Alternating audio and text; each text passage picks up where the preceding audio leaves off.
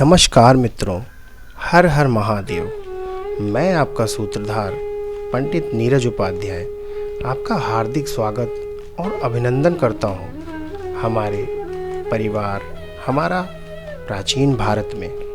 मित्रों, पिछले वीडियो में जो कथा हमने सुनी थी उसमें लास्ट में कथा के हमने ये सुना था अंत में कि परशुराम जी और उनके शिष्य भीष्म जी का घमासान युद्ध होता है। उसके बाद परशुराम जी उन्हें श्राप दे देते हैं। तो उसके आगे की कथा हम इस वीडियो में आरंभ करेंगे और आपसे निवेदन है कि कथा पूरी समझ में आए और हर श्लोक का अर्थ समझ में आए, इसलिए वीडियो को बीच से मत देखिए, पूरा शुरू से देखिए और अंत तक देखिए, तभी आपको इस कथा का फल मिलेगा, अन्यथा आप फल से वंचित रह जाएंगे।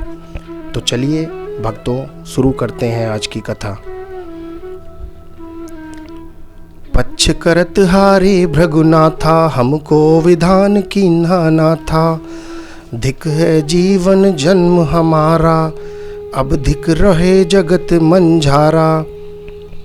तब भी समसन कहा रिसाई, तो कह भीष्म मारब जाई। मोर पाप तोरे सिर भारा, मो दर्शन ते प्रण संहारा। कन्या ने मन में सोचा कि हमारा पक्ष करते हुए तो भृगुनाथ यानी परशुराम जी हार गए। ब्रह्मा जी ने हमें अनाथ कर दिया। हमारे जीवन को धिक्कार है जो मैं संसार में रहूं। तब भीष्म से उसने क्रोधित होकर कहा, भीष्म, अब मैं अन्यत्र जाकर तुम्हें मारूंगी। मेरा पाप तुम्हारे सिर पर चढ़ चुका है। इससे मेरे ही दर्शन से रण में तुम्हारा संहार होगा। और यह श्राप देकर वो चली जाती हैं। आगे सुनते हैं भक्तों। यह शाप भीष्म कह दीन्हा, तब कन्या ही सरार चिलीन्हा। महादुखित पावक तनु जारा, सोई कन्या भई जरी छारा। भीष्म को ऐसा श्राप देकर कन्या ने चित्त रचा ली और महादुखित होकर अग्नि में शरीर को जला दिया। वह कन्या जलकर राख हो गई। यही प्रकार ते कन्या तज पावक में प्राण। सोई जन्मी ध्रुपद घर, जाहि शिखंडी नाम। इस प्रकार इस कन्या ने अग्नि में अपना प्राण त्याग दिया। वहीं राजा द्रुपद के घर जन्मी, जिसका शिखंडी नाम हुआ। आगे सुनते हैं भक्तों। राजा सुनो कथा परवेसा, विदुर देश में एक नरेसा। श्रुद्धा नाम तब कन्या अहई, ताहि स्वयंवर कीन्हा चहई। सो कन्या हरि भीष्म लीन्हा, विचित्र वीर की दासी किन्हा। वै संपायन कहत बखानी, सुनु राजा तव वंश कहानी। हे राजन, अब कन्या कथा का प्रवेश सुनो। विदुर देश में एक राजा रहता था, जिसके शूद्रा नाम की एक कन्या थी, जिसका उसने स्वयंवर कराना चाहा। उस कन्या को भीष्म ने हर लिया और विचित्र वीर की दासी बना दिया। वैशंपायन जी कहते हैं, हे राजन, अब अपने वंश की कहानी सुनो। भीष्म महावीर जग जाना, बानावरी नहीं वीर समाना। देश राज प्रतिपालन करई, राजकाज सदा मन धरई। भारत कथा पाप नहीं रहई, तृण समान अघि पावक दहई। महावीर भीष्म का सारा संसार जानता है कि जिस वीर के समान श्रेष्ठ धनुर्धर कोई नहीं था। वह देश राज्य का प्रतिपालन करते हुए सर्वदा राजकाज में मन लगाते थे। महाभारत की कथा सुनने से पाप नहीं रहता, वह पाप को तृण के समान ही जला देती है। महाभारत भाष्यो यह किन्हीं अल्प बखान। सबल सिंह चौहान कहे, सर्व पाप क्षय जान। सबल सिंह चौहान जी कहते हैं कि मैंने महाभारत की यह कथा संक्षेप में ही तो बखान की है, जिससे सब पाप का क्षय अर्थात नाश हो जाता है। वैशंपायन जी कहते हैं, राजा सुनो कथा सावधाना, वैशंपायन करत बखाना, चित्रांगद राजा पुरी माही, प्रेम हर्ष सदा मन माही। एक दिन राजा गए शिकारा, महाअगम कानन मंझारा, तह चित्रांगद गंधर्व रहई, राजा देख क्रोधि सो कहई। वैशंपायन जी बोले, हे राजा राज जन्मेजय, सावधान होकर यह कथा सुनो। राजा चित्रांगद अपने पुर में सर्वदा प्रेम और हर्ष से रहते थे।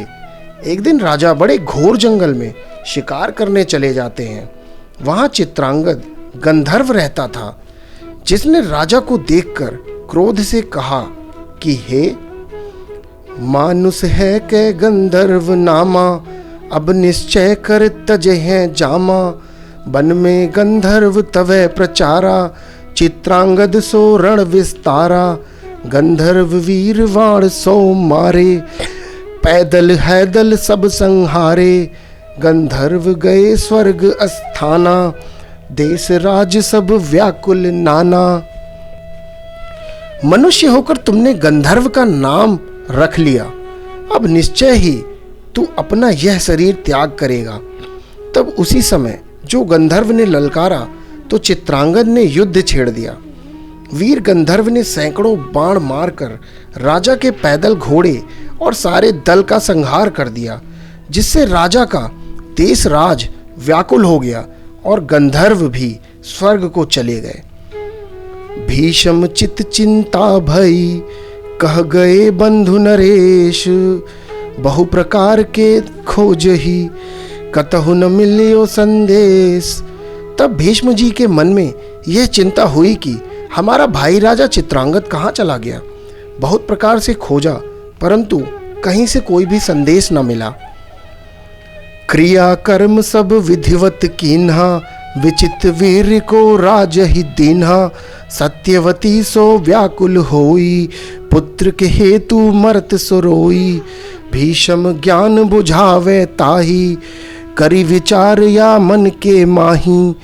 युवा रूप कंत का सोगा, ताके ऊपर भयो वियोगा।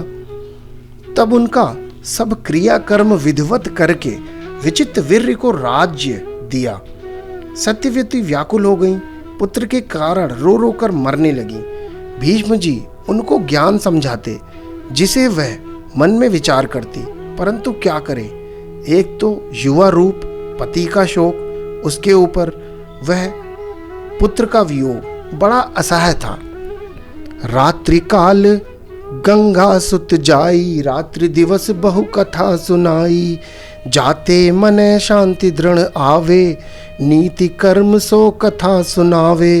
दिन के तिक सो ऐसे गयो, विचित वीर्य तब चरयो चर्चे लयो।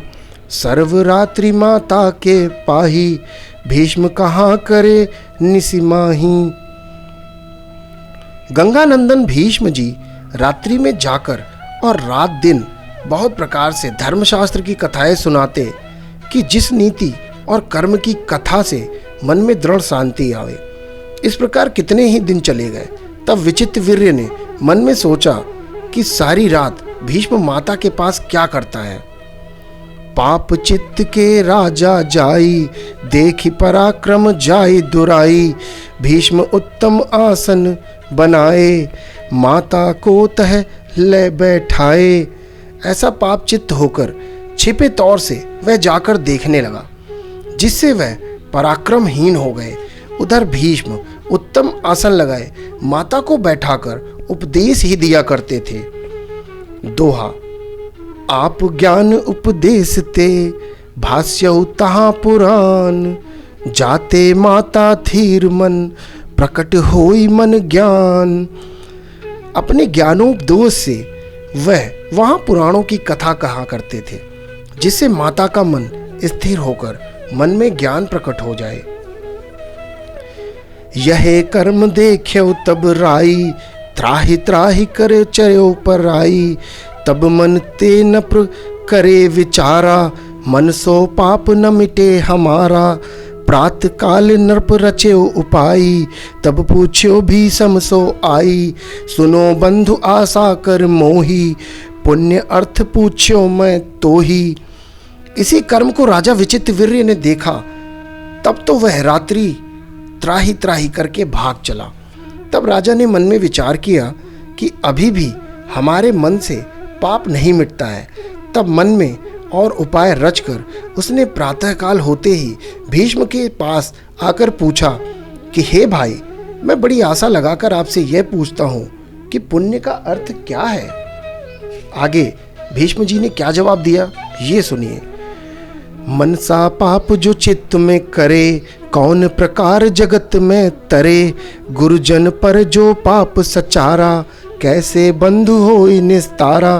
भीष्म भाष्यो अर्थ पुराना, पूछी सहज मन में अस जाना। अंधो सही जो दोष लगावे, तो गुरुजन को जगत सतावे।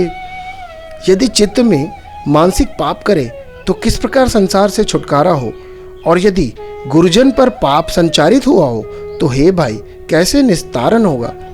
तब भीष्म ने पुराण से अर्थ निकालकर बतलाया कि यह तो बड़ी सहज बात है आपने जो पूछी है।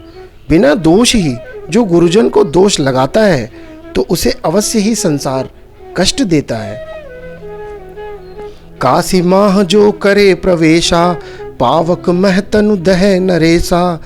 ताकि पाप हरण तब होई, अर्थ पुराण बधो है सोही। हे राजन, इसके लिए तो जो काशी में जाकर अग्नि में शरीर को जला देता है तभी उसका पाप दूर होता है। पुराण में यही अर्थ बधा है। रंच रंच सर सबे, दाह करत जो आप। तब बांधव सो भाष्यऊ, उर्ण होत सो पाप। इस प्रकार थोड़ा थोड़ा सा या जितना भी उसका अपना पाप होता है वह जला डालता है। भीष्म जी ने भाई से कहा कि तब वह पाप से उत्तरण यानी मुक्त होता है। मित्रों, आशा करता हूँ आज की कथा आपको बहुत अच्छी लगी होगी, और अगर आपने ये कथा, ये वीडियो पूरा सुना है तो निश्चय ही इसका फल आपको अवश्य प्राप्त होगा। और आपसे विदा लेने से पहले मेरा आपसे सिर्फ यही निवेदन है कि ज़्यादा से ज़्यादा संख्या में हमारे परिवार से जुड़ें और अन्य लोगों को भी इससे जोड़ें, ताकि हमारे सनातन धर्म का और अधिक से अधिक विस्तार हो सके और हमारा सनातन धर्म कितना श्रेष्ठ है ये आप सभी को पता चल सके और महाभारत की कथा का पुण्य आपको मिल सके। दोस्तों, यही मेरा संदेश है, और इस संदेश के साथ मैं आपसे विदा लेना चाहूँगा। नमस्कार और हर हर महादेव।